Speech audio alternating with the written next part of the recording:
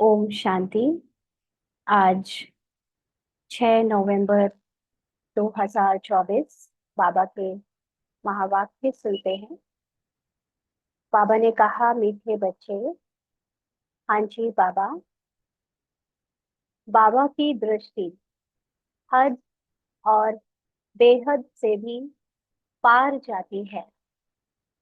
तुम्हें भी हद यानी सतयुग और बेहद यानी कलयुग से पार जाना है।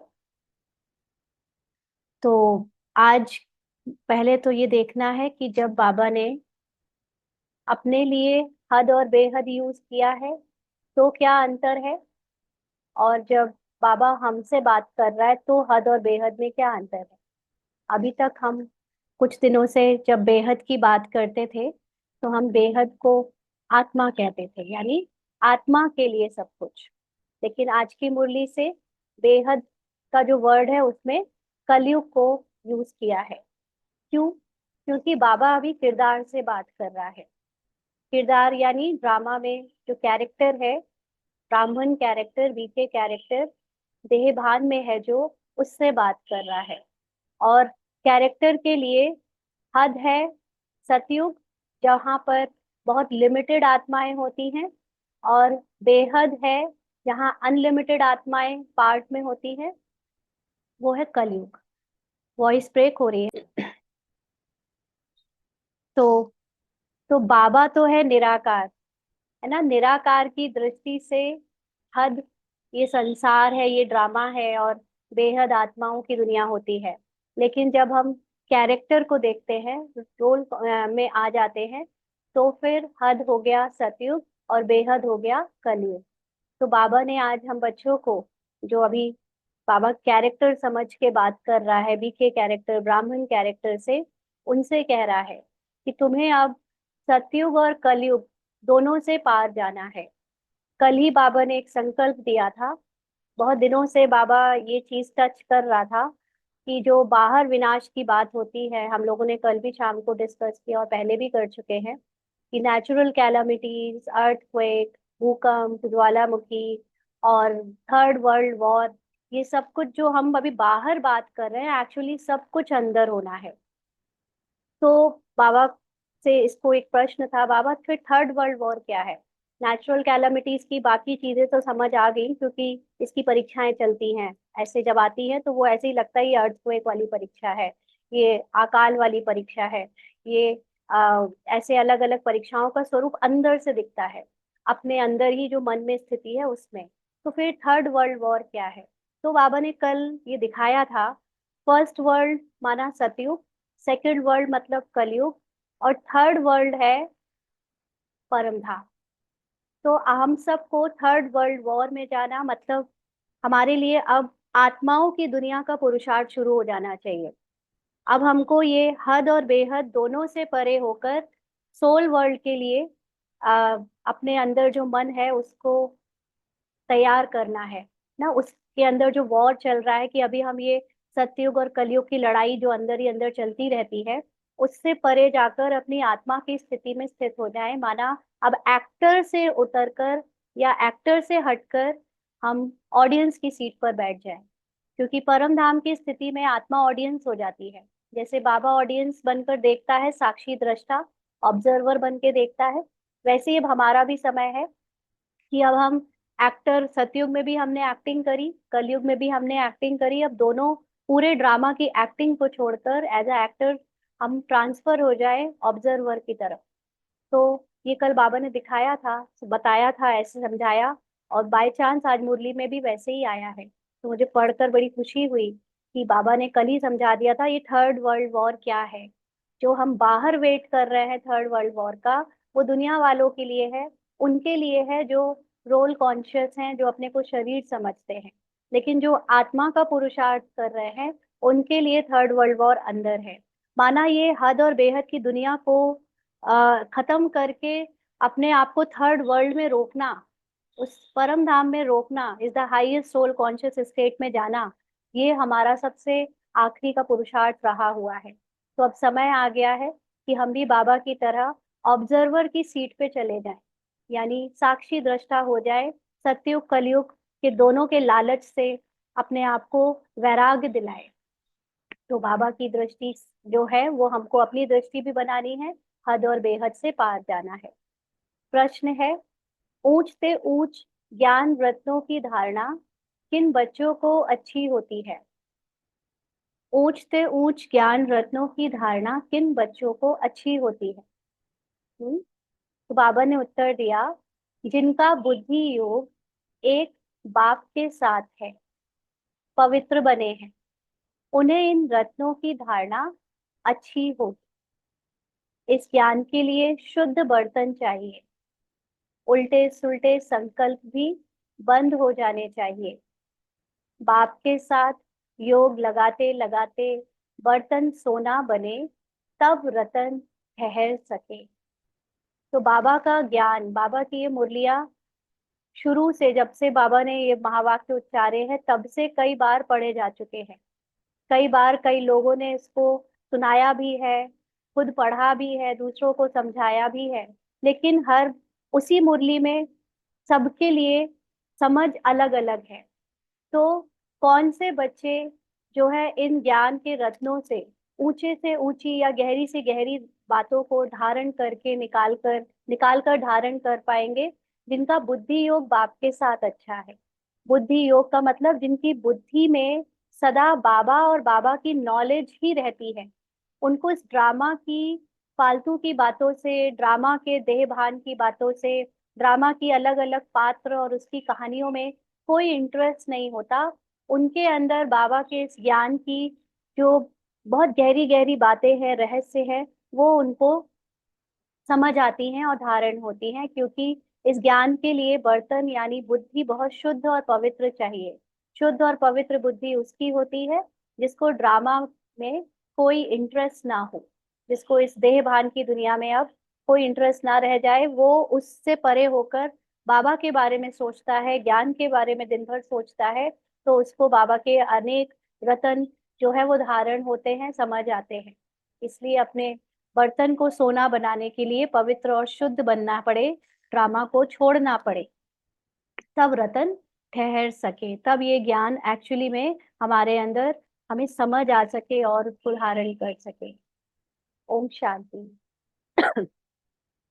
मीठे मीठे रूहानी बच्चों को रूहानी बाप बैठ रोज रोज समझाते हैं।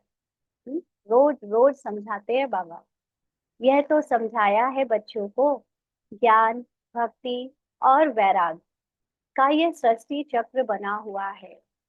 सृष्टि चक्र का मतलब होता है पूरा 5,000 साल का ड्रामा। अब इस 5,000 साल के ड्रामा में ज्ञान सतयुग से लेकर त्रेता तक 2,500 वर्ष तक चला, भक्ति द्वापर से कलयुग तक चली, और वैराग्य ये संगम युग का टाइम चल रहा है। क्योंकि संगम युग होता ही वैराग्य के लिए है। वैराग का मतलब बेराग, माना अब मुझे इस ड्रामा में कोई इंटरेस्ट नहीं। हम जो ब्राह्मण बने हैं, अभी पहले हम लौकिक से अलौकिक की तरफ आए, तो हमने लौकिक में इंटरेस्ट कम कर दिया।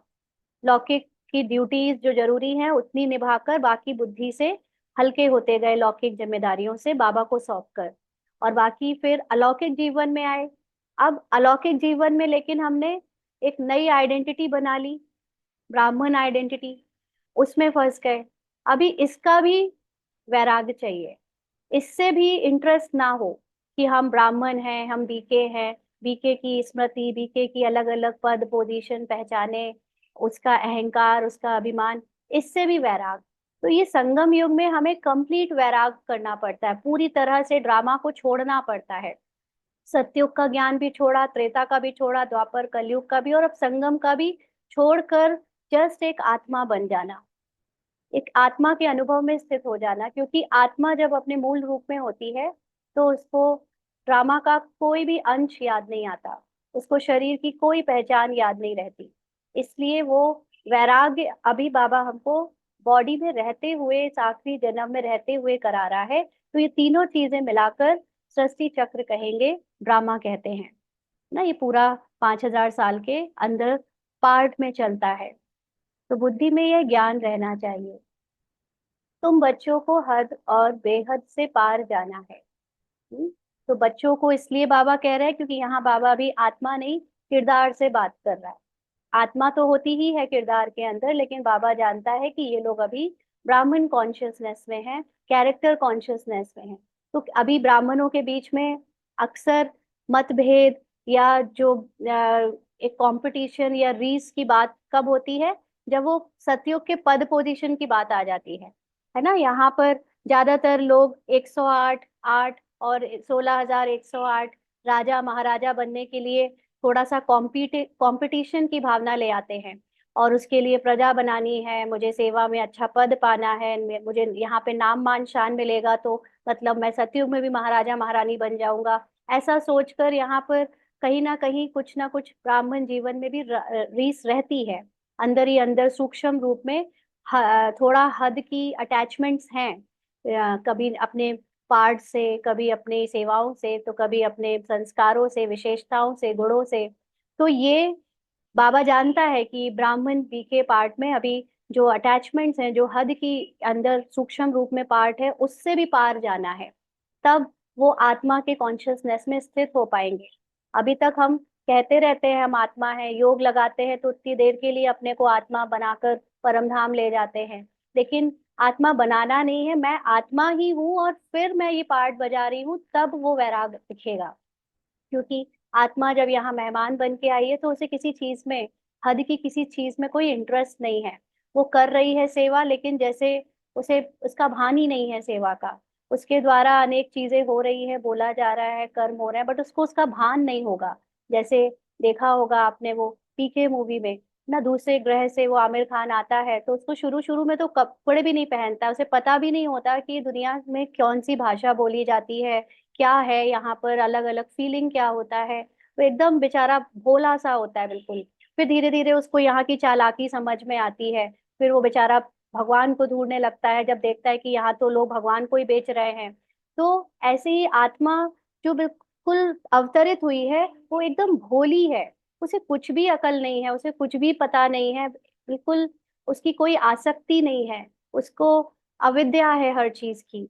और फिर वो पार्ट में आई है, ऐसे बनकर जब हम पार्ट प्ले करते हैं, तब उसको सोल कॉन्शियस स्थिति कहते हैं। और यहाँ हम अभी क्या करते हैं कि हम पहले शरीर हैं और शरीर के अंदर से आत्मा निकलती है और फिर जाती है, तो अभी भी वो रोल कॉन्शियसनेस ही है ना। तो अभी अब हमें सतयुग त्रेता में क्या बनना है, इसकी फिक्र भी नहीं करनी है। और ये जो बेहद माना कलयुग में भी जो हमने अभी बहुत पहचाने बनाई हैं, इसकी भी फिक्र नहीं करनी है। हद चीज से, हद की हर चीज से पार जाकर उस आत्मा में टिकना है ना। तो उनका भी अर्थ समझना चाहिए। रूहानी बाप बैठ समझाते हैं, यह भी टॉपिक समझानी है कि ज्ञान, भक्ति और पीछे है वैराग। मतलब लास्ट में आता है वैराग, क्योंकि जब तक ड्रामा खत्म नहीं होना है, तब तक बच्चों को वैराग दिलाया नहीं जा सकता। क्योंकि अगर एक्टर से बोलो कि तुम अब एक्टिंग छोड़ दो, है ना, अभी बिल्कुल तुम जा निकल जाओ उस एक्टिंग के भान से, तो वो एक्टिंग जो बची हुई रह गई है उसकी थोड़ी बहुत, उसको भी ठीक से कर नहीं पाएगा। इसलिए लास्ट में उसको वो भान आता है कि अब लास्ट के सीन बचे हैं, अब मुझे छोड़ना है, अब ओवर होने वाली है शूटिंग। तो ऐसे ही हमें भी एकदम लास्ट में जब ड्रामा खत्म होने वाला होता है, तब बाबा दिलाता है कि अब तक तुमने जो रोल प्ले किए हैं, जो तुम्हारे अंदर स्वभाव, संस्कार और हद की देह भान की बातें हैं, अब उनको छोड़ने का पुरुषार्थ करना शुरू कर दो और अपने को आत्मा में स्थित करना शुरू कर दो। इसको कहते हैं वैराग। तो ज्ञान को कहा जाता है दिन, जबकि नई दुनिया है। हम्म, यानी सतयुग और त्रेता युग जब दिन है, दिन का मतलब है जब सोल कॉन्शियसनेस है, उसको कहेंगे ज्ञान। उसमें यह भक्ति अज्ञान है नहीं। माना जब सब सोल कॉन्शियस है, तो फिर कोई भी बॉडी कॉन्शियस होता ही नहीं वहां पर। वह है हद की दुनिया, क्योंकि वहां बहुत थोड़े होते हैं। तो फिजिकल सेंस में जो हद और बेहद की लिटरल मीनिंग है, उसके अकॉर्डिंग वहां पे बहुत लिमिटेड होते हैं, इसलिए उसको हद की दुनिया कहेंगे। फिर आहिस्ते आहिस्ते वृद्धि होती है, यानी सतयुग से पॉपुलेशन 9 लाख से बढ़कर बढ़ती बढ़ती बढ़ती कलयुग तक 800 करोड़ के पार पहुंच गई, है ना। तो फिर उसको कहते हैं आधा समय बाद भक्ति शुरू होती है।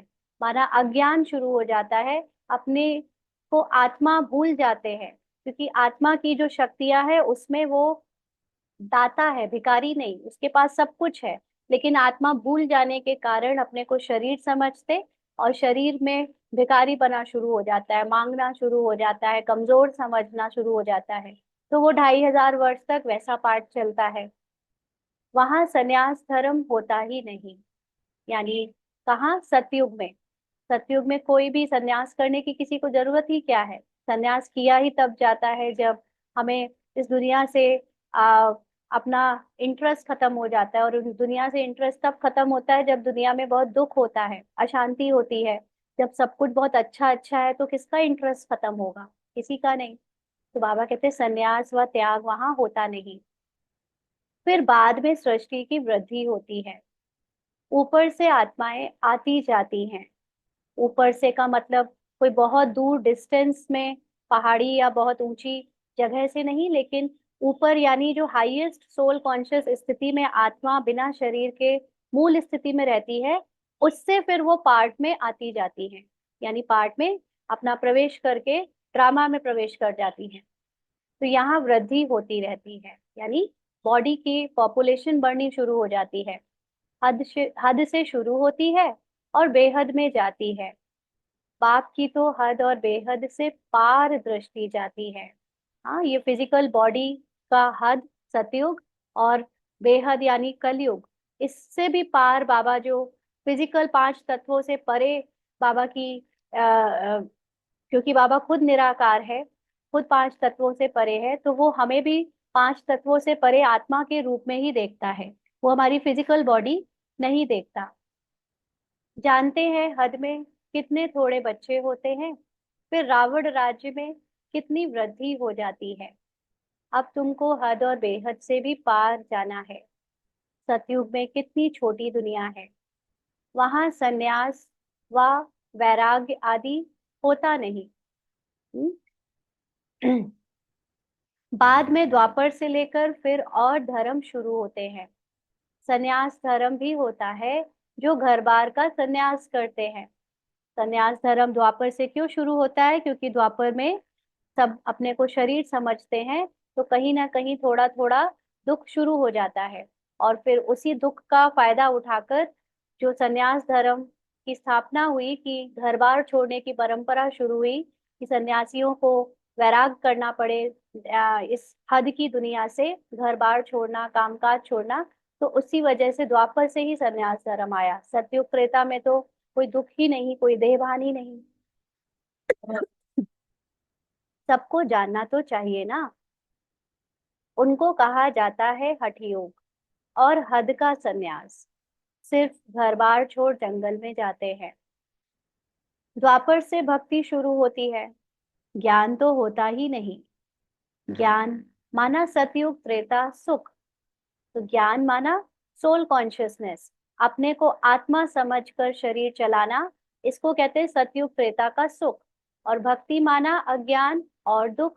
भक्ति माना अपने को शरीर समझकर चलाना और उससे दुख पाना। यह अच्छी रीति समझाना होता है। फिर दुख और सुख से पार जाना है, अंडरलाइन, है ना।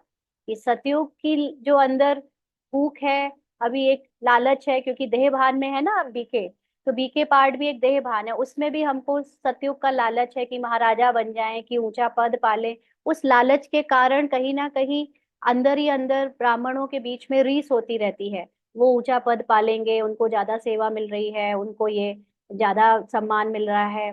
तो ऐसे वो अभी भी पूरी तरह से लालच से और रीस से और ईर्ष्या से छूट नहीं सके हैं, क्योंकि अभी सतयुग का लालच है। लालच को बस ट्रांसफर किया है हद से बेहद में, है ना। वो जो यहाँ की पुरानी दुनिया का लालच छुड़वा के नई दुनिया का लालच दे दिया है। लेकिन जब तक पूरी तरह से लालच नहीं छोड़ेंगे, तब तक अंदर जो आत्मा की पवित्रता है, संपूर्ण पवित्रता, वो अनुभव हो नहीं सकती। उसका संपूर्ण सुख और आनंद अनुभव हो नहीं सकता। इसीलिए ब्राह्मण बनने के बाद भी इतनी माया क्यों आती है? दुख सुख का लेन देन अभी भी क्यों बना हुआ है? क्योंकि अभी भी वो लालच है अंदर थोड़ा, उसका अहंकार भी है, सारी विकार। रावण का बड़ा रूप नहीं है, लेकिन छोटा सूक्ष्म रूप अभी भी है। तो बाबा कहते हैं कि भक्ति यह अच्छी रीति समझाना होता है, फिर सुख और दुख से पार जाना है।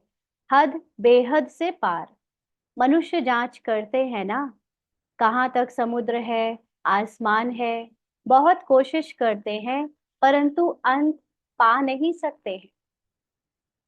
आप आकाश को देख लो, आकाश को जहां तक भी देखा गया है, अभी भी किसी ने उसका एंड नहीं पाया कि उसके बाद क्या है। आकाश में भी अनलिमिटेड ऊंचाई कह लो या जो भी, वहां तक कोई रॉकेट नहीं पहुंच पाया है कि कोई कहे कि यहाँ दीवार खड़ी है और उसके बाद आकाश नहीं है। तो इसलिए वो भी बेअंत है। एरोप्लेन में जाते हैं, उसमें भी इतना तेल चाहिए ना, जो फिर वापस भी लौट सके। बहुत दूर तक जाते हैं, परंतु बेहद में जा नहीं सकते। क्यों? क्योंकि यहाँ पर बेहद का मतलब है आत्माओं की दुनिया। आत्माओं की दुनिया में कोई भी स्थूल दुनिया का तत्व जा नहीं सकता, क्योंकि आत्माओं की दुनिया निराकार है, जिसको टच नहीं किया जा सकता, उसकी फिजिकल आइडेंटिटी है ही नहीं। है ना, इसीलिए एरोप्लेन से चाहे जाना चाहो, चाहे रॉकेट से जाना चाहो, फिजिकल दुनिया में ही रहोगे। आप किसी ग्रह में भी आज मंगल ग्रह में लैंड किया हो या कहीं भी गए गया हो, तो आप वहां से पत्थर या दूसरी चीजें उठाकर लाए हो, वो टचेबल चीजें हैं। लेकिन आत्माओं की दुनिया अनटचेबल है, निराकार है, इसलिए उसमें कोई नहीं जा सकता। हद तक ही जाएंगे। तुम तो हद और बेहद से पार जाते हो। अभी हम अपनी बुद्धि से जाते हैं हद और बेहद से पार आत्माओं की दुनिया में। तो अभी तुम समझ सकते हो, पहले नई दुनिया में हद है, यानी लिमिटेड है लोग, बहुत थोड़े मनुष्य होते हैं, उसको सतयुग कहा जाता है। तुम बच्चों को रचना के आदि मध्य अंत की नॉलेज होनी चाहिए ना। तो ये रचना है ड्रामा, और ड्रामा की आदि मध्य अंत की नॉलेज अच्छे से क्लियर होनी चाहिए ना बाबा के बच्चों को। क्योंकि कल बाबा ने क्या कहा था कि ये ड्रामा का ज्ञान तुम बच्चों के सिवाय और किसी को पता नहीं है और ना पता चल सकता है। तो इसलिए हमें तो कम से कम ठीक से पता हो, यह नॉलेज और कोई में है नहीं। तुमको समझाने वाला बाप है, जो बाप हद और बेहद से पार है, और कोई समझा ना सके। रचना के आदि मध्य अंत का राज समझाते हैं, फिर कहते इससे पार जाओ। तो ड्रामा की स्टार्टिंग है हद, सतयुग, और ड्रामा का एंड है कलयुग, बेहद। इससे पार जाओ माना पूरा ड्रामा को अब भूल कर ड्रामा के बाहर आ जाओ। ड्रामा से न्यारे होकर खुद को देखो, अपने को साक्षी दृष्टा की सीट पर बाबा के साथ बैठा कर देखो। वहां तो कुछ भी रहता नहीं। मूल रूप में आत्मा के साथ ना तो उसका शरीर है, ना उसका सूक्ष्म शरीर है, माना संकल्पों का भी शरीर नहीं है। और कोई कोई भी ये जो फिजिकल दुनिया की आइडेंटिटीज पहचाने कुछ भी नहीं रहता। यहाँ तक कि ये प्रकृति जो यहाँ देखने में आती है, सीनरियां, पहाड़, नदियां, आकाश, आसमान, उसके लिए तो अब कुछ भी अनुभव करने को नहीं रहता, क्योंकि वो बिना शरीर के है। तो कितना भी दूर जाते हैं, आसमान ही आसमान है। तो आसमान होता क्या है? आसमान शब्द जो वर्ड है, वो किसके लिए यूज किया गया है? जिस चीज को आप टच नहीं कर सकते, उसको आसमान कहते हैं। है ना? तो आप, ये जो स्पेस है, ये पूरा स्पेस आप जहां तक भी चले जाओ, आप उसको कहीं भी टच नहीं कर सकते। इस वैक्यूम को आसमान कहा है, क्योंकि अभी यहाँ पर तो फिर भी कुछ ग्रेविटी के कारण आपको कण दिखते नहीं, मतलब आप उसको बहुत सूक्ष्म रूप से देख भी सकते हो, माइक्रोस्कोप, टेलीस्कोप वगैरह चीजों से। लेकिन इसके बाद जब भारत नहीं, पूरे अर्थ की जब वायुमंडल खत्म हो जाता है, उसके परे तो वो भी नहीं है, एयर भी नहीं है ना? तो दूर दूर तक कुछ है ही नहीं, खाली खाली खाली खाली है। तो आत्माओं के लिए फिजिकल कोई चीज का अस्तित्व नहीं है, इसलिए उसको चारों तरफ जैसे आसमान से घिरी है, खाली चीज से घिरी है। तो इसको कहा जाता है हद, बेहद से पार। कोई अंत पा नहीं सकते, कहेंगे बेअंत। बेअंत कहना तो सहज है, परंतु अंत का अर्थ समझना चाहिए। हाँ, जिसका कोई अंत हो। यहाँ पर आदि मध्य अंत क्यों कहते हैं? क्योंकि एक्चुअली में 5,000 साल के बाद वो चीज वहां पर खत्म होके दोबारा रिपीट होती है, इसलिए उसको अंत कहते हैं। लेकिन जब हम आत्माओं के लिए बेअंत कहते हैं, तो वो चीज इसलिए है क्योंकि उसके लिए वो एग्जिस्ट ही नहीं करती है, वो दुनिया एग्जिस्ट ही नहीं करती आत्मा सोल के मूल रूप में। तो अभी तुमको बाप समझ देते हैं। बाप कहते हैं मैं हद को भी जानता हूँ, बेहद को भी जानता हूँ। फलाने फलाने धर्म, फलाने फलाने समय स्थापन हुए। दृष्टि जाती है सतयुग की हद की तरफ, फिर कलयुग के बेहद की तरफ, फिर हम पार चले जाएंगे। हाँ, फिर ना कलयुग ना सतयुग, दोनों से पार हो जाएंगे। कॉन्शियसनेस हमारी इतनी हाई हो जाएगी कि हमको शरीर का भान ही नहीं रहेगा। जहाँ कुछ नहीं, सूर्य चांद के भी ऊपर हम जाते हैं, जहाँ हमारा शांति धाम स्वीट होम है। तो इसको हमने जो परम धाम की जो 3 लोकों वाला पिक्चर था, कोर्स के समय किया था, कई लोगों ने, मेजॉरिटी ब्राह्मण्स ने उसको लिटरली ले लिया है। लिटरली ले लिया मतलब कि वो सच में ऐसा समझने लगे हैं कि वो पहले अर्थ है, फिर अर्थ का जो साकारी यूनिवर्स है, उसके बाद फिर सूक्ष्म लोक है, फिर उसके बाद परम धाम है। ये समझाने के लिए एक पिक्चर बनाई है, बट रियल में ऐसा नहीं है। रियल में इसका सूक्ष्म रूप अगर हम देखें तो हमारा पहले ये साकार शरीर है। साकार शरीर माना साकार लोक हो गया। फिर साकार से सूक्ष्म होता है हमारे संकल्प, संस्कार, यानी सूक्ष्म शरीर। तो उसको बाबा ने सूक्ष्म लोक के रूप में दिखाया, तो उन्होंने उसको फिजिकल एक प्लेस मान लिया। बट वो फिजिकल प्लेस नहीं है, वो फिजिकल हमारी संकल्पों की एक ऑरा है, जो कि इस साकार शरीर से सूक्ष्म है।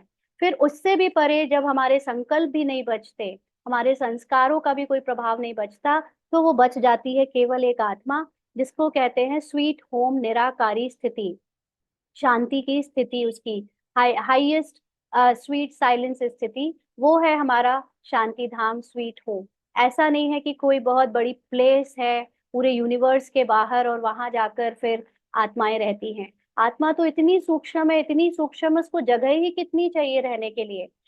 दुनिया भर की करोड़ों आत्माओं के, जानवरों की आत्माओं को भी मिला दो, तो भी इतनी सी जगह भी नहीं मिलेगी रहने के लिए। तो फिर वो इतने बड़े यूनिवर्स को क्रॉस करके कैसे रहेंगी? इसका सिर्फ मतलब ये होता है, सूर्य चांद के परे या सूर्य चांद से ऊपर, मतलब उनको, आत्मा को सूर्य चांद या 5 तत्वों की कोई भी चीज टच नहीं कर सकती, क्योंकि उनको फिजिकल किसी भी तत्व से कोई मतलब नहीं रहता। आत्मा निराकार है, इसलिए वो फिजिकल चीजों से परे है। तो यूं सतयुग भी स्वीट होम है, क्योंकि वहां पर सुख मिलता है, वहां शांति भी है, तो राज्य भाग्य सुख भी है, दोनों ही है। घर जाएंगे तो वहां सिर्फ शांति होगी। हम्म, माना जब मैं सिर्फ आत्मा बचूंगी, शरीर का कोई भार नहीं बचेगा, शरीर रहेगा भी नहीं, पार्ट रहेगा भी नहीं, तो सिर्फ शांति होगी। इसका मतलब ये नहीं कि कोई बहुत दूर जाने की जरूरत है। आत्मा वैसे भी जब शरीर छोड़ती है, अभी तो जो जन्म मरण के चक्कर में ड्रामा के अंदर आत्मा जब शरीर छोड़ती है, तो उसके साथ सूक्ष्म शरीर भी ट्रांसफर होता है। तो सूक्ष्म शरीर बना होता है उसके कर्मों से, उसके संकल्पों से, संस्कारों से। इसके इसी वजह से वो आत्मा भटकती है, उसको वो संपूर्ण शांति अनुभव नहीं होती, क्योंकि संकल्पों के साथ छोड़ती है। पिछली जन्म की जो इच्छाएं हैं या जो भी उसकी आसक्तियां हैं, कर्मों का उस पर फल है, वो सब साथ साथ जाता है। तो इसलिए वो थोड़ा हर आत्मा जब दूसरे शरीर लेने के पहले, कोई कोई जो पुण्य आत्मा होती है जिसने अच्छे काम किए होते हैं, वो फिर भी थोड़ी अच्छी होती है, शांत होती है, लेकिन कोई भटकती भी है, क्योंकि अभी तक हमारे पुनर्जन्म का चक्र चल रहा था। लेकिन अब ये हमारा आखिरी जन्म है, और अब अगर हमारा शरीर छूटेगा ये वाला, तो हमें सूक्ष्म शरीर भी छोड़ना होगा। तो सूक्ष्म शरीर जो कि संकल्पों से और संस्कारों से बना है, इसको अगर हमने जीते जी नहीं छोड़ा, जिसको बाबा पुरुषार्थ कह रहा है कि पुरुषार्थ करके जीते जी तुम इच्छा मात्रम अविद्या बन जाओ, निर्संकल्प बन जाओ, ताकि तुम्हारा सूक्ष्म शरीर ना बने, तुम सीधे दोनों शरीर से पार होकर अपनी निराकारी स्थिति में या निराकारी धाम में स्थित हो जाओ। तो जो लोग, जो ब्राह्मण्स नहीं छोड़ पाएंगे सूक्ष्म शरीर, और जीते जी, माना संकल्पों से परे नहीं हो पाएंगे, इच्छाओं से परे नहीं हो पाएंगे, संस्कारों से परे नहीं हो पाएंगे, पुरुषार्थ करते करते, उनको फिर थोड़ी सजाएं खानी पड़ेंगी। सजा का मतलब जो हमारे ही अंदर natural calamities, third world war है ना अंदर, क्योंकि अभी आप सब अनुभव करते हो कि जब हमने माया को चैलेंज कर दिया है कि हम तुमको छोड़ेंगे रावण की दुनिया से परे, सतयुग की दुनिया में जाने के लिए हमको सतो प्रधान बनना है वापस, तो ये मन के अंदर अब कितना द्वंद्व चलता है, कितनी लड़ाई चलती है, जो पहले भी नहीं चलती थी। और जो जितना अच्छा पुरुषार्थ कर रहा होता है उसके साथ तो और भी ज्यादा। तो ये सारी चीजें हमारे अंदर ही अंदर हो रही हैं, है ना। इसीलिए हमें ये लड़ाई को खत्म करके थर्ड वर्ल्ड वॉर यही खत्म करना है, और अपने थर्ड वर्ल्ड में स्थित हो जाना है, अपनी परम धाम की स्थिति में स्थित होना है। तो बाबा कहते हैं कि घर जाएंगे तो वहां सिर्फ शांति होगी। परम स्थिति में, सुप्रीम स्थिति में सिर्फ शांति होती है। सुख का नाम नहीं लेंगे, क्योंकि सुख चाहिए शरीर को, शरीर के साथ आत्मा को सुख चाहिए, और शरीर तो वहां होता ही नहीं। अभी तुम शांति भी स्थापन कर रहे हो और सुख शांति भी स्थापन कर रहे हो। वहां तो शांति भी है, सुख का राज्य भी है। ये बात है सतयुग की, यानी ड्रामा में प्रवेश करने के बाद की। मूल वतन में तो सुख की बात नहीं। आधा कल्प तुम्हारा राज्य चलता है, फिर आधा कल्प के बाद रावण का राज्य आता है। अशांति है ही 5 विकारों से। 2500 वर्ष तुम राज्य करते हो, फिर 2500 वर्ष बाद रावण राज्य होता है। उन्होंने तो लाखों वर्ष लिख दिया है, एकदम जैसे बुद्धू बना दिया है। 5000 वर्ष के कल्प को लाखों वर्ष कह देना, बुद्धू पना कहेंगे ना। जरा भी सभ्यता नहीं है। देवताओं में कितनी दैवी सभ्यता थी, वह अब सब असभ्यता हो पड़ी है।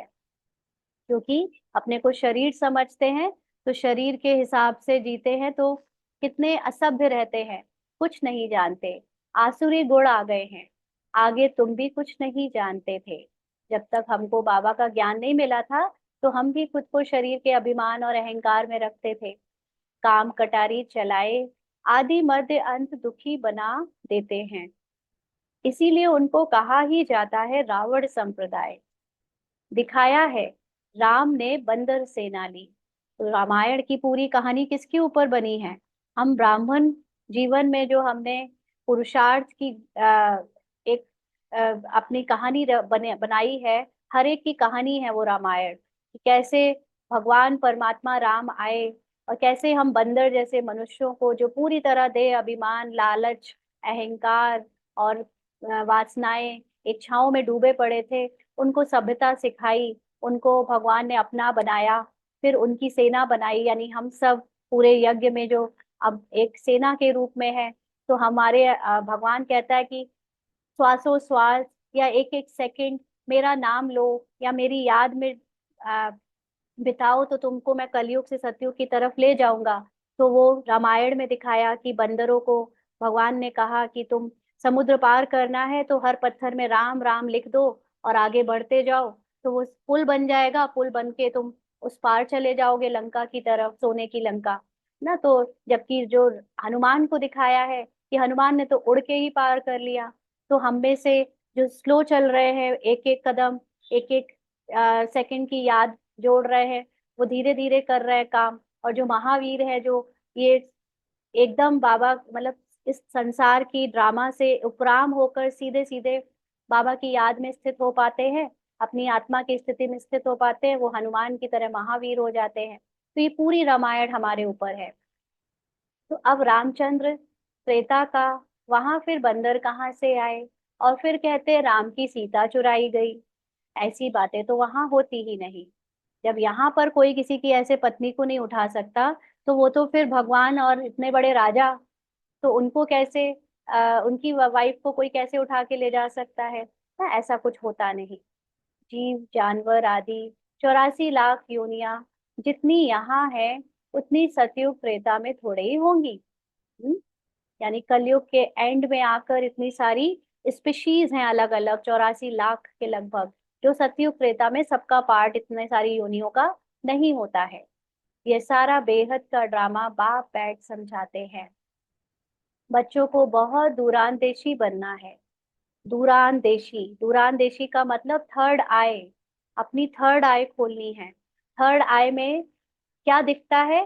थर्ड आई में वो दिखता है जो इन आंखों से नहीं दिखता।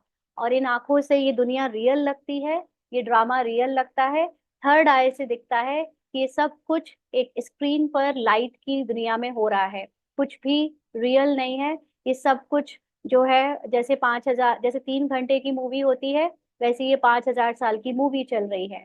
तो बच्चों को अपनी बुद्धि को इतना ऊंचा उठाना है, और ये ऊंचा तब उठेगी, इतनी थर्ड आई ज्यादा से ज्यादा तब खुलेगी जितना हमारी ये दो आंखें बंद होंगी। ये दो आंखों को हम जितना यूज करेंगे, संसार की आसक्तियों में फंसाए रखेंगे, तीसरी आंख कम खुलेगी। और जितना ये आंखें बंद हो जाएंगी देखने वाली, उतनी थर्ड आई खुलेगी। इसीलिए इस ड्रामा को, हद और बेहद दोनों की दुनिया को देखते हुए नहीं देखना, बल्कि अपनी थर्ड आई से उस ज्ञान की बातों को विजुलाइज कर, अभी तो विजुलाइज होगा, लेकिन धीरे धीरे वो आपको रियल में पिक्चर के रूप में दिखना शुरू हो जाएगा। जैसे जैसे सोल कॉन्शियस स्थिति बनेगी, तो आपके सामने वो चित्र ऐसे फ्लैश के रूप में दिखने लगेंगे। जैसे अपने आप कोई आपको पिक्चर्स, जैसे टीवी की स्क्रीन पर आप चैनल चेंज करते हो तो एक के बाद चेंज होता है ना, वैसे सोल कॉन्शियस स्थिति में आपके बुद्धि के सामने वो पिक्चर्स फ्लैश होने लगते हैं, ऐसे ऐसे दिखने लगता है आपको कि क्या सीन है, क्या सच्चाई है। तो बाबा कहते आगे तुमको कुछ भी पता नहीं था, मनुष्य होकर और नाटक को नहीं जानते हैं। अभी तुम समझते हो सबसे बड़ा कौन है, ऊंचते ऊंच भगवान। श्लोक भी गाते हैं, ऊंचा तेरा नाम, ऊंचा तेरा धाम। अब तुम्हारे सिवाय और कोई की बुद्धि में नहीं है, तुम्हारे में भी नंबरवार है। बाबा के बच्चों में भी जो समझ आ रही है वो अलग अलग है, नंबरवार है। बाप हद और बेहद का दोनों राज समझाते हैं, उनसे पार कुछ भी है नहीं। वह है तुम्हारे रहने का स्थान, जिसको ब्रह्मांड भी कहते हैं। अब बाबा ने यहाँ पर हद और बेहद की जो बात बताई है, वो है आत्माओं की दुनिया और शरीर की दुनिया। तो हद हो गया शरीर की दुनिया, और बेहद हो गई आत्माओं की दुनिया। तो इन दोनों के अलावा और कुछ भी नहीं है, या तो है शरीर की दुनिया या है आत्माओं की दुनिया। तो आत्माओं की दुनिया को रहने के स्थान को ब्रह्मांड कहते हैं। यानी वो बिना शरीर, बिना फिजिकल एलिमेंट्स के जब रहती है तो वो ब्रह्मांड में रहती है। जैसे यहाँ तुम आकाश तत्व में बैठे हो, इनमें कुछ देखने में आता है क्या? आकाश को नाम जरूर दे दिया है, लेकिन कोई फिजिकल चीज नहीं है जिसको आप देख सको। वो ब्लू भी इसीलिए दिखता है क्योंकि वो लाइट का कमाल है कि वो दूर दूर तक उसको रिफ्रैक्शन, या साइंटिफिकली आप उसके एक्सप्लेनेशन को देखोगे कि वाई स्काई इज ब्लू, उसका भी एक डिस्क्रिप्शन है कि क्यों स्काई ब्लू दिखता है। अदरवाइज स्काई तो कुछ ऐसी चीज है नहीं जो एंड हो जाए। रेडियो में कहते हैं आकाशवाणी। अब यह आकाश तो बेअंत है। बाहर वाला आकाश जो देखने में आता है वो तो बेअंत है, अंत पा नहीं सकते। तो आकाशवाणी कहने से मनुष्य क्या समझेंगे? आकाश की कोई वाणी होती है क्या? हम भी देखें तो ये मुंह से जो आवाज निकलती है, इसमें जो मेन हमारी जीभ तालू से जब छुलती है तो वो जो टकरा के ऐसी कोई आवाज नहीं होती, बट ये जो पूरे गले की स्पेस है, वैक्यूम है, उससे आवाज आती है। तो इस संसार में ज्यादातर स्पेस, चीजें तो स्पेस से ही घिरी हुई हैं, वैक्यूम से ही घिरी हुई हैं। तो बाबा कहते हैं यह जो मुख है वह है पोलार। पोलार मतलब खाली, कुछ नहीं है अंदर जिससे, लेकिन तब भी आवाज आती है, शब्द बन जाते हैं, सुर बन जाते हैं। बाबा कहते हैं मुख से वाणी, आवाज निकलती है। यह तो कॉमन बात है, मुख से आवाज निकलना। यानी जो दुनिया पूरी बाहर दिखती है ना, वो पूरी दुनिया हमारे अंदर भी है। एक्चुअली अंदर ही है, इसलिए बाहर दिखती है। तो बाबा कहते हैं यह तो कॉमन बात है, मुख से आवाज निकलना जिसको आकाशवाणी कहा जाता है। बाप को भी आकाश द्वारा वाणी चलानी पड़े। हम्म, बाबा को भी आकाश द्वारा वाणी चलानी पड़े। ये अंदर का जो आकाश है ना, मुख का वैक्यूम, उससे बाबा को बोलना पड़े। तुम बच्चों को अपना भी राज सारा बताया है, तुमको निश्चय होता है बहुत सहज। बाबा उसमें, अब इसी में बुद्धि घूम जाती है अच्छे अच्छों की। और बाबा कह रहा है बहुत सहज। जैसे हम आत्मा है, वैसे बाप भी परम आत्मा है, ऊंचते ऊंच आत्मा है ना। और बाबा का ज्ञान इतना साइंटिफिक है कि बाबा जो बातें बता रहा है ना, इसको जिसने गहराई से समझा है, हूबहू सेम बातें साइंस ने प्रूव की हैं। साइंस के बहुत सारे साइंटिस्ट ने ये सारी बातें प्रूव की है कि जितना यूनिवर्स बाहर है उतना अंदर है। तो ये सारी चीजें आपको साइंटिफिकली मिल जाएंगी अब क्या मिलती तो पहले होंगी, बट इसको अभी मिली है। इसको अभी समझ आनी शुरू हुई है ना। तो जब जिसका लेवल जैसे जैसे होता जाएगा वो आपके सामने, आपको लगेगा कि ये ज्ञान पहले कई सालों से ऑलरेडी था, लेकिन मुझे नहीं पता था, मुझे नहीं समझ आ रहा था, क्योंकि हम उस लेवल की सोच और बुद्धि नहीं रख पा रहे थे। जैसे जैसे बुद्धि, बाबा ने कहा दूरदर्शिता बढ़ती जाएगी, आपको सब समझ आने लगेगा, सारी चीजें खुद अनुभव होने लगेंगी। रटा रटाया कोई ज्ञान नहीं है, कोई भाषण नहीं है, लेकिन आपको दिखने लगेगा, आपको थर्ड आई से दिखने लगेंगी वो बातें। तो बाबा कहते हैं जैसे हम आत्मा है वैसे बाप भी परम आत्मा है। ऊंच से ऊंच आत्मा है ना। सबको अपना अपना पार्ट मिला हुआ है। सबसे ऊंच से ऊंच भगवान। तो ऊंच से ऊंच आत्मा का मतलब कोई बहुत ऊंचाई में आत्मा नहीं रहती, लेकिन आत्मा की कॉन्शियसनेस जब अकेली होती है वो हाईएस्ट होती है। और पार्ट में आते ही उसको कॉन्शियसनेस कम करनी पड़ती है, फिर वो धीरे धीरे धीम कम होती होती बिल्कुल जीरो ही हो जाती है, भूल ही जाती है कि वो आत्मा है।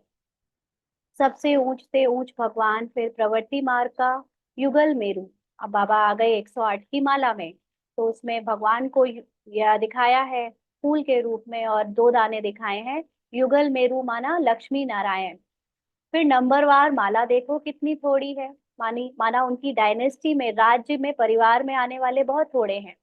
फिर सृष्टि बढ़ते बढ़ते कितनी बड़ी हो जाती है। कितने करोड़ दानों अर्थात आत्माओं की माला है। यह सब है पढ़ाई। बाप जो समझाते हैं उनको अच्छी रीति बुद्धि में धारण करो। झाड़ की डिटेल तो तुम सुनते रहते हो। बीज ऊपर में है। यह वैरायटी झाड़ है। यानी शिव बाबा सबसे हाईएस्ट है, इसलिए सबसे ऊंचा है। और हम सब ड्रामा में किरदारों का झाड़ बना है। और किरदार की कॉन्शियसनेस हमेशा सोल कॉन्शियस से कम ही होती है, इसलिए वो नीचे है और बाबा ऊपर है। इनकी आयु कितनी है।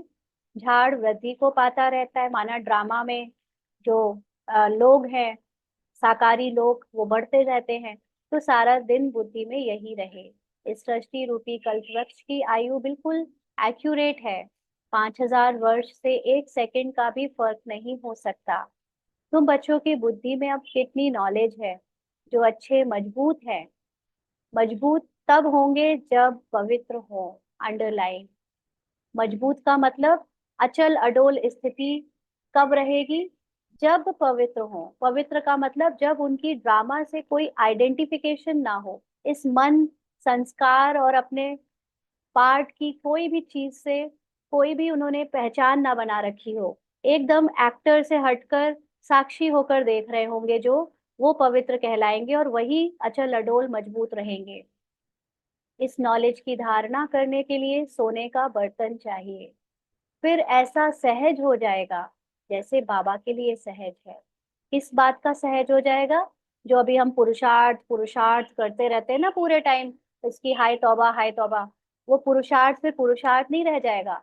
फिर आपकी नेचुरल स्टेट ऑफ बीइंग हो जाएगी। जैसे शिव बाबा के लिए साकार में ब्रह्मा बाबा के शरीर में आकर पार्ट बजाना, लीला दिखाना हो गया था, वैसे हम आत्माओं के लिए इस पार्ट की लीला दिखाना हो जाएगा। और हम रहेंगे सोल कॉन्शियस में, पार्ट चलता रहेगा। फिर तुमको भी कहेंगे मास्टर नॉलेजफुल। फिर नंबरवार पुरुषार्थ अनुसार, बाबा ने आज कहा ना, फिर तुमको भी कहेंगे मास्टर नॉलेजफुल। तो मास्टर नॉलेजफुल सोल कॉन्शियस स्थिति में कहा जाता है। कोई सोचे कि मैं बीके मास्टर नॉलेजफुल हूँ, नो। बीके और ब्राह्मण मास्टर नॉलेजफुल नहीं हो सकते। आत्मा मास्टर नॉलेजफुल होती है, क्योंकि बीके तो ले रहा है ना ज्ञान, अभी उसको सारा ज्ञान मिला कहाँ है, नॉलेज। और वो भी फुल नॉलेज तो आत्मा में है, पार्ट में कहाँ है। और हम तो पार्ट में डूबे पड़े हैं, किरदार समझते हैं खुद को। तो ऐसे जो खुद को किरदार और उसकी अटैचमेंट में रखेगा वो मास्टर नॉलेजफुल नहीं है। फिर नंबरवार पुरुषार्थ अनुसार माला का दाना बन जाएंगे। यानी जैसे जैसे जो यहाँ रहते हुए सोल कॉन्शियस स्थिति को पाएगा, वैसे वैसे वो आगे विजयी माला यानी सतयुग की आने वाली जो जनरेशन है उसमें आता जाएगा, पहुंचता जाएगा, पद पाता जाएगा। ऐसी ऐसी बातें बाबा बिगर कोई समझा ना सके। यह आत्मा भी समझा रही है। बाप भी इन तन द्वारा ही समझाते हैं, यानी ब्रह्मा के साथ शिव बाबा बैठे हैं तो ब्रह्मा भी समझा रहे हैं। तो बाप भी इस तन द्वारा ही समझाते हैं, ना कि देवताओं के शरीर से। बाप एक ही बार आकर गुरु बनते हैं, फिर भी बाप को ही पार्ट बजाना है। 5,000 वर्ष बाद आकर पार्ट बजाएंगे ना। बाबा बना बनाया पार्ट प्ले करता है, लेकिन करता नहीं है, वो देखता है। पार्ट तो अपने आप प्ले हो रहा है बाबा का। जो होना है वो हो रहा है। जिस समय जो डायलॉग बोलने हैं बोले जा रहे हैं, जो महावाक्य बोलने हैं वो बोले जा रहे हैं, जिसको जो वरदान देना है वो वरदान दिया जा रहा है। सब कुछ अपने आप हो रहा है। बाबा ड्रामा से बाहर बैठकर देख रहा है। अभी 1 मिनट के लिए सभी अशरीरी हो जाए और अपने को बाबा के साथ परम धाम में एकदम साइलेंस में देखेंगे।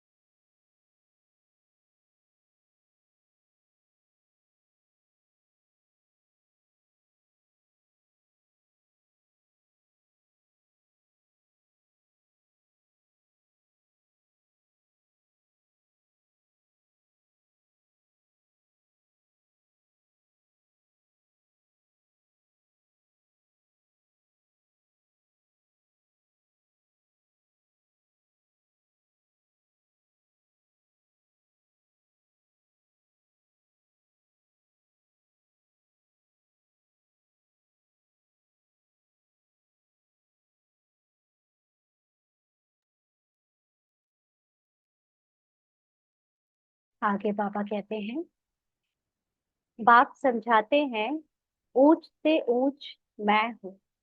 यानी सबसे हाईएस्ट कॉन्शियस जिसकी है वो है बाबा, क्योंकि वो शरीर में नहीं आता। फिर है मेरू, यानी लक्ष्मी नारायण की आत्मा, जो आदि में महाराजा महारानी है। वह फिर जाकर अंत में आदि देव और आदि देवी बनेंगे। ब्रह्मा सरस्वती बनेंगे, एडम और ईव बनेंगे। यह सारा ज्ञान तुम्हारी बुद्धि में है। तुम कहाँ भी समझाओ तो वंडर खाएंगे। यह तो ठीक बताते हैं ना दुनिया वाले, या जो लोग नहीं जानते वो समझते हैं कि हम लोग भगवान देवताओं को नहीं मानते, हिंदुओं को नहीं मानते, और हमसे ज्यादा नॉलेज किसी को है नहीं, क्योंकि भगवान ने हमको डायरेक्ट नॉलेज दी है। तो जब उनको पता चलेगी तो वंडर खाएंगे। मनुष्य सृष्टि का बीज रूप ही नॉलेजफुल है। तो मनुष्य सृष्टि का, यानी हम पूरे जितने भी मनुष्य यहाँ पर हैं, उन सब के अंदर जो आत्मा बीज है वो ही नॉलेजफुल है। लेकिन क्योंकि अभी वो आत्मा अपने को टोटली आत्मा की कॉन्शियसनेस में अनुभव कर नहीं पा रही है बिकॉज ऑफ ड्रामा, इसलिए उसको अभी नॉलेज लेने का पार्ट प्ले करना पड़ रहा है। अदरवाइज मूल रूप में सभी आत्माएं नॉलेजफुल हैं।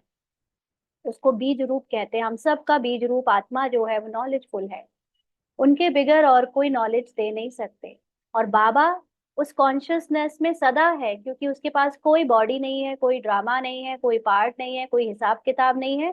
तो वो बाबा हमको आकर ये नॉलेज देने का पार्ट प्ले कर रहा है। जैसे होता है ना, घर में कई बच्चे होते हैं तो आपस में डिसाइड कर लेते हैं, तुम सब बन जाना स्टूडेंट, मैं टीचर बन जाऊंगा।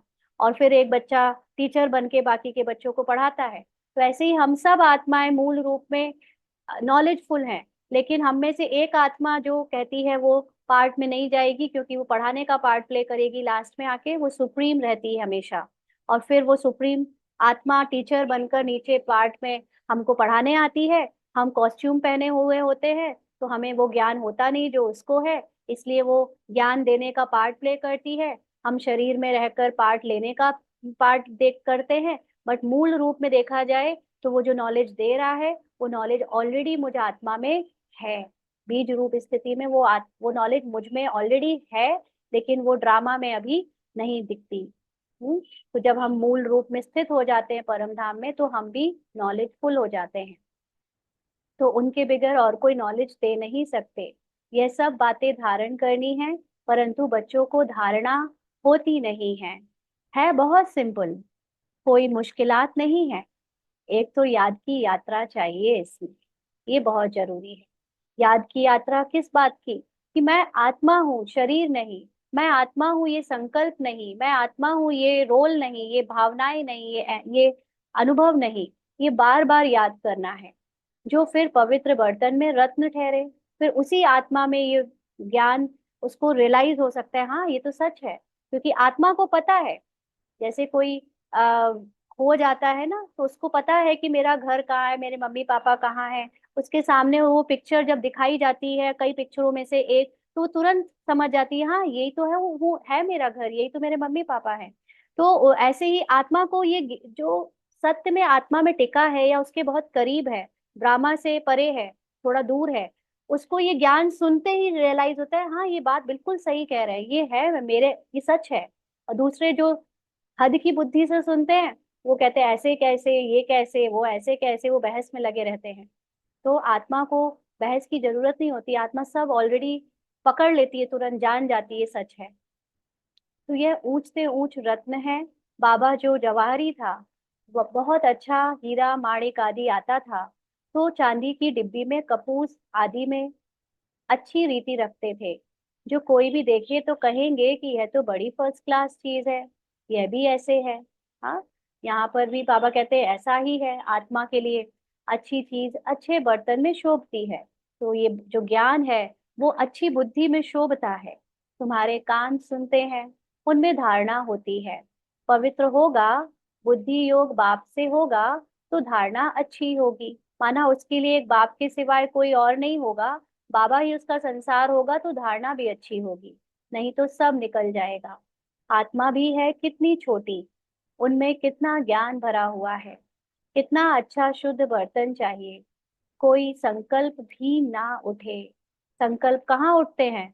जब ड्रामा में उलझे हुए होते हैं हम, तब संकल्प उठते हैं। जितना जितना ड्रामा से हम निकलते जाएंगे अपनी स्मृति से, तो हमारे संकल्प आने, जो ड्रामा में जो होना है बस उसी का आएगा, एक्स्ट्रा संकल्प आने बंद हो जाएंगे। उल्टे सुल्टे संकल्प सब बंद हो जाने चाहिए। सब तरफ से बुद्धि योग हटाना है। मेरे साथ योग लगाते लगाते बर्तन सोना बना दो, जो रतन ठहर सके। फिर दूसरों को दान करते रहेंगे। इसलिए बाबा के जो बच्चे बहुत अच्छे, दादियाँ या ब्रह्मा बाबा जो पुरुषार्थ करके गए, वो उनका बर्तन इतना साफ हो चुका था कि उनको इसी मुरली से उन्होंने बहुत गहरे खजाने निकाल कर अपनी स्थिति बना ली। लेकिन वही ज्ञान अगर वो दूसरों को देंगे, तो उन्हें समझ नहीं आएगा, उनके ऊपर से निकल जाएगा, क्योंकि उनकी बुद्धि अभी उतनी शुद्ध बर्तन नहीं बनी है। तो इसीलिए हमको लगता है कि हमने ये ज्ञान पहले क्यों नहीं सुना, क्योंकि हमारी बुद्धि शुद्ध नहीं थी। जबकि मुरली तो वही है सारी जो सब पढ़ रहे हैं। तो बाबा कहते हैं फिर दूसरों को दान करते रहेंगे। भारत को महादानी माना जाता है। वह धन दान तो बहुत करते हैं, परंतु यह है अविनाशी ज्ञान रत्नों का दान। देह सहित जो कुछ है, वह सब छोड़कर एक के साथ बुद्धि का योग रहे। हम तो बाप के हैं, इसमें ही मेहनत लगती है। एम ऑब्जेक्ट तो बाप बता देते हैं। पुरुषार्थ करना बच्चों का काम है। अब ही इतना ऊंच पद पा सकेंगे, यानी अभी वो टाइम है जब हम अपने को आत्मा की स्थिति में स्थित कर सकें। इसके अलावा फिर हमें कभी टाइम नहीं मिलेगा, यानी कल्प में ये ज्ञान कभी दोबारा नहीं आएगा। कोई भी उल्टा सुल्टा संकल्प व विकल्प ना आए। बाप ही नॉलेज का सागर है, हद बेहद से पार है। हाँ, जो संसारी भौतिक चीज का हद और बेहद है, उससे पार है। सब बैठ समझाते हैं। तुम समझते हो बाबा हमको देखते हैं, परंतु हम तो हद बेहद से पार चला, ऊपर चला जाता हूँ। हाँ, बाबा को तो पता है कि बाबा ऑडियंस है। बनी बनाई स्क्रिप्ट में जिस बच्चे का जो एक्टिंग होनी है, जो ड्रामा में पार्ट होना है, वो हो रहा है। बाबा क्यों देखेगा एक एक का पार्ट? क्योंकि बाबा, जैसे हम मूवी देखते हैं, तो मूवी के अंदर अनेक एक्टर जो पार्ट प्ले कर रहे हैं, उसके अंदर उनको ये थोड़ी ना रहता है कि मुझे ऑडियंस देख रही होगी। मुझे वो तो जस्ट उनको जो डायरेक्टर ने प्ले करवाया उन्होंने वो एक्टिंग कर दी, उसके बाद ऑडियंस देखती रहती है, लेकिन उस एक्टर को थोड़ी ना उसकी कॉन्शियसनेस रहती है कि मुझे कोई देख रहा है। तो ऐसे ही बाबा भी बाहर बैठकर सिर्फ साक्षी होकर देखता है भले, लेकिन हमारे लिए हमें लगता है कि बाबा हमको देख रहा है। हाँ, मैं रहने वाला भी वहां का हूँ, तुम भी हद बेहद से पार चले जाओ, तुम भी अपनी उस साइलेंस की स्थिति में स्थित हो जाओ। संकल्प विकल्प कुछ भी ना आए, इसमें मेहनत चाहिए। इसके लिए ये ड्रामा को भुलाना पड़े। ड्रामा मतलब ड्रामा के अंदर अपनी अनेक पहचानों को भुलाना पड़े। गृहस्थ व्यवहार में रहते कमल फूल समान बनना है। हथ कार दे, दिल यार दे। माना हाथ से काम करो, रोल को प्ले होने दो जैसे शरीर से प्ले हो रहा है, बट दिल यानी अपनी जो स्मृति है वो पूरी तरह बाप समान निराकारी स्थिति में स्थित रहे। गृहस्थी तो बहुत है। गृहस्थी जितना उठाते हैं उतना घर में रहने वाले बच्चे नहीं। हाँ, गृहस्थी माना बाबा के जो बच्चे गृहस्थी व्यवहार से आए हैं वो ज्ञान को ज्यादा अच्छा उठाते हैं, जितने सेंटर में रहने वाले बच्चे नहीं उठा पाते। सेंटर चलाने वाले, मुरली चलाने वाले भी ना पास हो जाते हैं, और पढ़ने वाले ऊंच चले जाते हैं। बधाई हो आप सबको। हाँ, घर गृहस्थी में रहने वालों को बाबा ने कितनी अच्छी बात बताई। आगे तुमको सब मालूम पड़ता जाएगा। अभी जो बाबा ने कहा ना कि वो सेंटर्स में सब में होड़ मची है, हम कितनी सेवा कर लें, कितनों को अपना जिज्ञासु बना लें, हमको तो महाराजा महारानी बनना है, तो यहीं पे वो चुनरी और सब मुकुट पहन के बैठते हैं। लेकिन बाबा ने कहा हुआ है कि आगे चलकर तुमको सब मालूम पड़ता जाएगा कि गृहस्थी आगे निकल जाएंगे।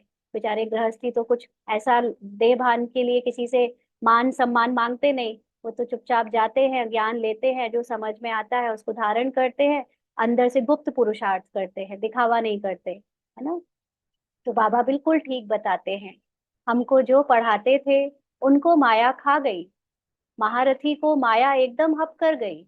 हाँ, है नहीं, मायावी ट्रेटर बन जाते। इसीलिए कल कोई क्लास सुन रही थी, उसमें वो कह रहे थे कि मधुबन में जितने भी इंचार्ज हैं अलग अलग चीजों के, वो सब वहां पर अच्छा पद पाएंगे। ऐसा बिल्कुल नहीं है।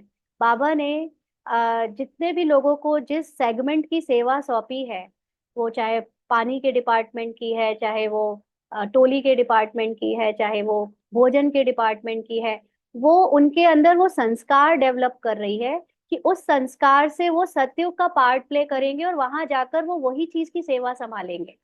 इसका मतलब ये नहीं है कि वो महाराजा महारानी बन जाएंगे। महाराजा महारानी बनने का केवल एक क्राइटेरिया है, और वो है सोल कॉन्शियसनेस, कि आप पूरी तरह कैस कितना निराकार स्थिति में स्थित होते हो। जिसका जितना ज्यादा सोल कॉन्शियस स्थिति है वो महाराजा महारानी बनेगा। तो ये बिल्कुल नहीं है कि कोई किसी डिपार्टमेंट का हेड है तो वो वहां पर भी हेड बनेगा, नहीं। वो उस तरह का जो जिसने जिस चीज का एक्सपीरियंस यहाँ लिया, जैसे यहाँ पर बहुत सारे बहनों ने सेंटर बनाए हैं, बड़े बड़े भवन बनाए हैं, तो उन्होंने भवन बनाने का एक्सपीरियंस लिया है कि कहाँ से रॉ मटेरियल आएगा, कहाँ से क्या आएगा। उनके अंदर वो आत्मा में जो संस्कार भरा है वो उनको वहां हेल्प करेगा महल बनवाने में। तो वो लोग अगर सोल कॉन्शियस स्थिति से उन्होंने यहाँ सेवा नहीं करी है, उस स्थिति को नहीं बनाया है, तो वो लोग वहां जाकर महाराजा महारानियों के महल बनवाएंगे। तो ये संस्कार ट्रांसफर होंगे और आत्माभिमानी स्टेज ट्रांसफर होगी।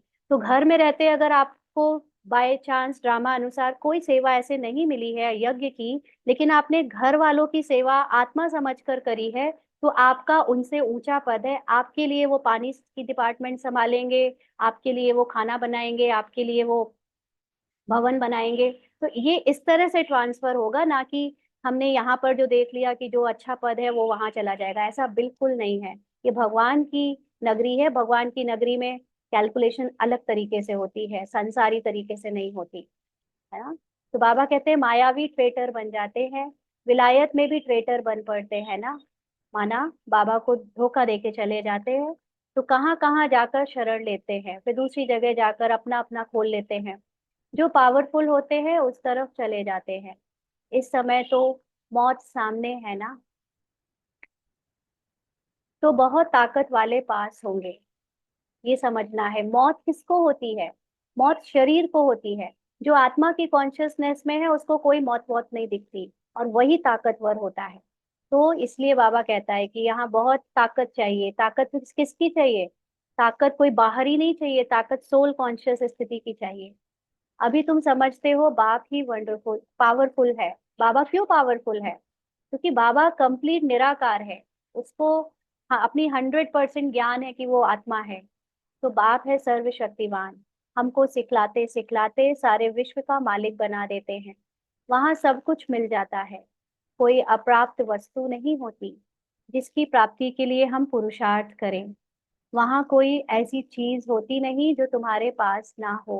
क्यों? क्योंकि सोल कॉन्शियस स्थिति में हर चीज उपलब्ध होती है। प्रकृति खिंची चली आती है आपकी सेवा के लिए। सो भी नंबरवार पुरुषार्थ अनुसार पद पाते हैं। आत्मा की अभिमानी स्थिति से पद पाते हैं। बाप बिगैर ऐसी बातें कोई नहीं जानते। सब है पुजारी। अभी हम सब भी देखें तो हमारे में भी भक्ति के संस्कार भरे भरे पड़े हैं। ब्राह्मण्स में भी बहुत सारे ब्राह्मण्स भक्ति वाली बातें ही करते हैं, भले ही रूप ज्ञान का दिखता है। बाबा कहते हैं भले बड़े बड़े शंकराचार्य आदि हैं, बाबा उन्हों की महिमा भी सुनाते हैं। पहले पवित्रता की ताकत से भारत को बहुत अच्छा थमाने के निमित्त बनते हैं। सो भी जब सतो प्रधान होते हैं, यानी उनकी नई नई आत्मा आई होती है तब। अभी तो तमो प्रधान है, पुनर्जन्म लेते लेते तमो प्रधान हो गए। उनमें क्या ताकत रखी है? अभी तुम जो पुजारी थे, सो फिर पूज्य बनने का पुरुषार्थ कर रहे हो।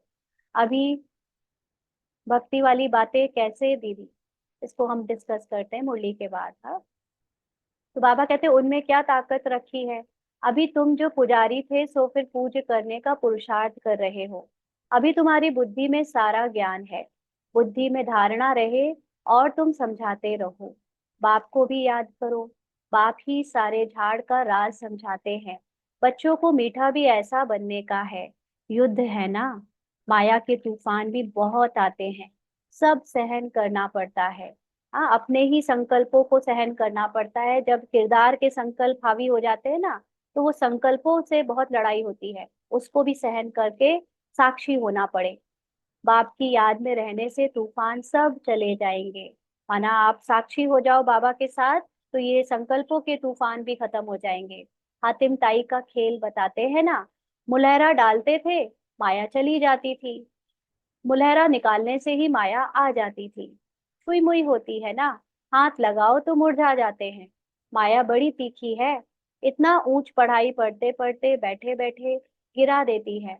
इसीलिए बाप समझाते रहते हैं, अपने को भाई भाई समझो, तो फिर हद बेहद से पार चले जाएंगे। शरीर ही नहीं तो फिर दृष्टि कहाँ जाएगी? इतनी मेहनत करनी है, सुनकर पा नहीं हो जाना है। हाँ, कि बहुत बड़ी बातें हैं, बहुत गहरी बातें हैं, तो डर नहीं जाना है। कल कल तुम्हारा पुरुषार्थ चलता है और तुम अपना भाग्य पाते हो। बाप कहते हैं पढ़ा हुआ सब भूलो। शरीर की दुनिया की जो भी चीजें पढ़ी हैं सब भूलो। बाकी जो कभी नहीं पढ़े हो वह सुनो और याद करो। उनको कहा जाता है भक्ति मार्ग। तुम राज ऋषि हो ना, जटाएं खुली हो और मुरली चलाओ। साधु संत आदि जो सुनाते हैं वह सब है मनुष्यों की मुरली। यह है बेहद के बाप की मुरली। सतयुग त्रेता में तो ज्ञान के मुरली की दरकार ही नहीं। हाँ, वहां ना ज्ञान की ना भक्ति की दरकार है। यह ज्ञान तुमको मिलता है इस संगम युग पर, और बाप ही देने वाला है। अच्छा, मीठे मीठे सिकी लदे बच्चों प्रति माता पिता बाप दादा का याद प्यार और गुड मॉर्निंग। रूहानी बाप की रूहानी बच्चों को नमस्ते। हम रूहानी बच्चों की रूहानी बाप दादा को याद प्यार गुड मॉर्निंग और नमस्ते बाबा। शुक्रिया, थैंक यू बाबा। धारणा के लिए मुख्य सार। बुद्धि में ज्ञान रत्नों को धारण कर दान करना है। हद बेहद से पार ऐसी स्थिति में रहना है जो कभी भी उल्टा सुल्टा संकल्प व विकल्प ना आए।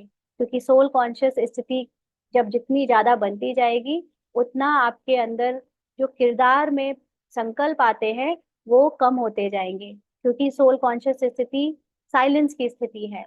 तो जब साइलेंस में ज्यादा टिकोगे तो शोर की दुनिया, मन की जो शोर है उसका शोर कम होता जाएगा।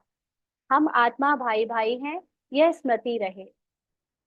दूसरा, माया के तूफानों से बचने के लिए मुख में बाप की याद का मुलहरा डाल लेना है, सब कुछ सहन करना है, छुई मुई नहीं बनना है, माया से हार नहीं खानी है, क्योंकि सारी माया अंदर है। बाहर से जो लोग दिखते हैं, विरोध करने वाले या अलग अलग टाइप के पार्टधारी, वो बाबा कहते हैं ना अंतर्मुखी बनो। इसका फर्स्ट चैप्टर था, बाबा ने जब फर्स्ट मुरली सुनाई थी बिना कोर्स हुए, तब बाबा ने अंतर्मुखी की बात की थी। वो उसको आज भी याद है। तब अंतर्मुखी का मतलब समझा था कि बातचीत ज्यादा नहीं करो, चुप रहो।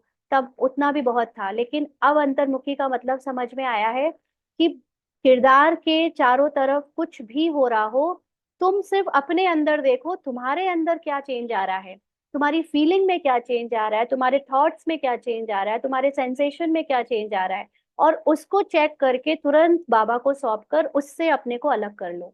वो तुम नहीं हो, वो सेंसेशन तुम नहीं हो, वो थॉट्स तुम नहीं हो, वो फीलिंग्स तुम नहीं हो, तुम बाबा के समान हो। तो ये अंतर्मुखी है।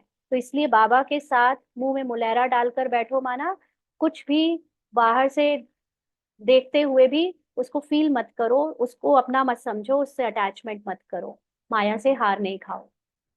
आज का वरदान है, सदा एक के स्नेह में समाये हुए, एक बाप को सहारा बनाने वाले, सर्व आकर्षण मुक्त भव। सदा एक के स्नेह में समाये हुए, एक बाप को सहारा बनाने वाले, सर्व आकर्षण मुक्त भव। जो बच्चे एक बाप के स्नेह में समाये हुए हैं, वे सर्व प्राप्तियों में संपन्न और संतुष्ट रहते हैं। उन्हें किसी भी प्रकार का सहारा आकर्षित नहीं कर सकता। उन्हें सहज ही एक बाप, दूसरा ना कोई, यह अनुभूति होती है। उनका एक बाप ही संसार है। एक बाप द्वारा ही सर्व संबंधों के रस का अनुभव होता है।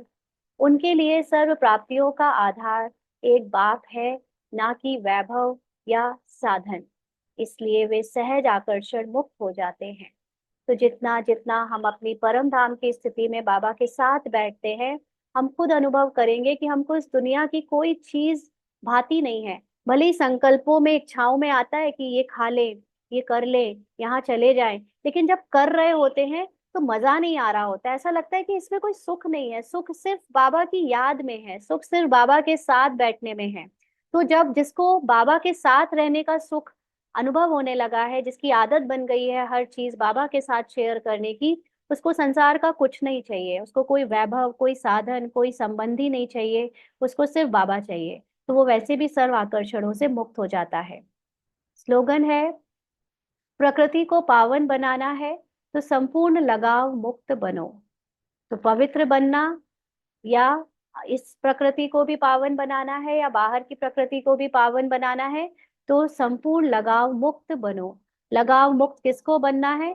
अभी कैरेक्टर सुनेगा तो सोचेगा कि मैं कैरेक्टरों से, सारे दूसरे कैरेक्टर से लगाव मुक्त हो जाऊं, लेकिन आत्मा तो है ही लगाव मुक्त। तो आप आत्मा की स्थिति में स्थित हो जाओ, आप ऑलरेडी लगाव मुक्त हो। और प्रकृति यानी ये शरीर भी धीरे धीरे पावन बनने लगता है।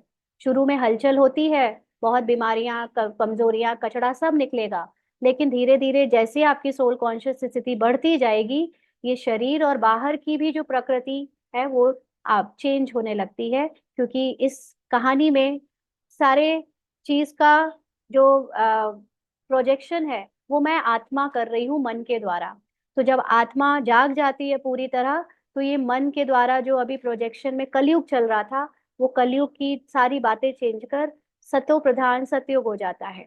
इसलिए प्रकृति भी पावन बन जाती है, शरीर के साथ साथ बाहर की भी प्रकृति, यानी सीन चेंज हो जाता है सतयुग में, सतो प्रधान में। अच्छा, आज के अव्यक्त इशारे हैं, सेवा में रहते कहाँ न्यारा बनना होता है और कहाँ प्यारा, इसके ऊपर विशेष अटेंशन दो। अगर प्यार से सेवा ना करो तो भी ठीक नहीं, और प्यार में फंसकर सेवा करो तो भी ठीक नहीं। तो प्यार से सेवा करो, लेकिन न्यारी स्थिति में स्थित होकर करो, तब सफलता मिलेगी। माना जिनके साथ सेवा कर रहे हैं उनसे भी न्यारा रहना है, जो सेवा कर रहे हैं उसके फल से भी न्यारा रहना है, और जो सेवा करने में हमने गुण और विशेषताएं यूज करी उससे भी न्यारा रहना है, कि अपनी उसका अहंकार नहीं होना चाहिए, तब सफलता होगी। अगर मेहनत के हिसाब से सफलता कम मिलती है तो जरूर प्यारे और न्यारे बनने में, बैलेंस में कमी है। तो हम देखें कि सेवाओं में सफलता कम मिलना का मतलब ये नहीं है कि लोग नहीं आ रहे हैं। सेवा की सफलता का भी रिजल्ट है आपकी सोल कॉन्शियस स्थिति बढ़नी चाहिए। ये सेवा भी 4 सब्जेक्ट में क्यों रखा गया है? ताकि हमारी सोल कॉन्शियस स्थिति बढ़े। जब रिजल्ट, जब हाईएस्ट हमारा एम एंड ऑब्जेक्टिव ही है बाप समान निराकारी स्थिति बनाना, तो सेवा का फल हम ये क्यों देखने लगते हैं कि लोग बढ़े, जिज्ञासु बढ़े, स्टूडेंट बढ़े? ये नहीं होना चाहिए सेवा का सफलता का क्राइटेरिया। सेवा की सफलता का मतलब आपकी अपनी अंदर की आत्मोन्नति कितनी हुई, आपके अंदर अचल अडोल स्थिति कितनी बढ़ी, आप सोल कॉन्शियस कितने ज्यादा हुए। ये है सेवा का सफलता का मतलब। क्योंकि चारों ही सब्जेक्ट अल्टीमेटली हमारी सोल कॉन्शियस स्थिति के लिए बने हैं। और वो स्थिति जब पूरी तरह से बनेगी तो ऑटोमेटिकली सेवा तो बाबा को जिससे जितनी करानी है वो हो जाती है। उसके लिए हमें चिंता करने की जरूरत नहीं है। हमारा पूरा पुरुषार्थ, जिसमें सेवा भी एक सब्जेक्ट है, वो अपनी स्थिति को बढ़ाने के लिए है, ना कि हमें इसकी चिंता करनी है कि बाहर से कितने लोग आ रहे हैं। अच्छा, ओम शांति।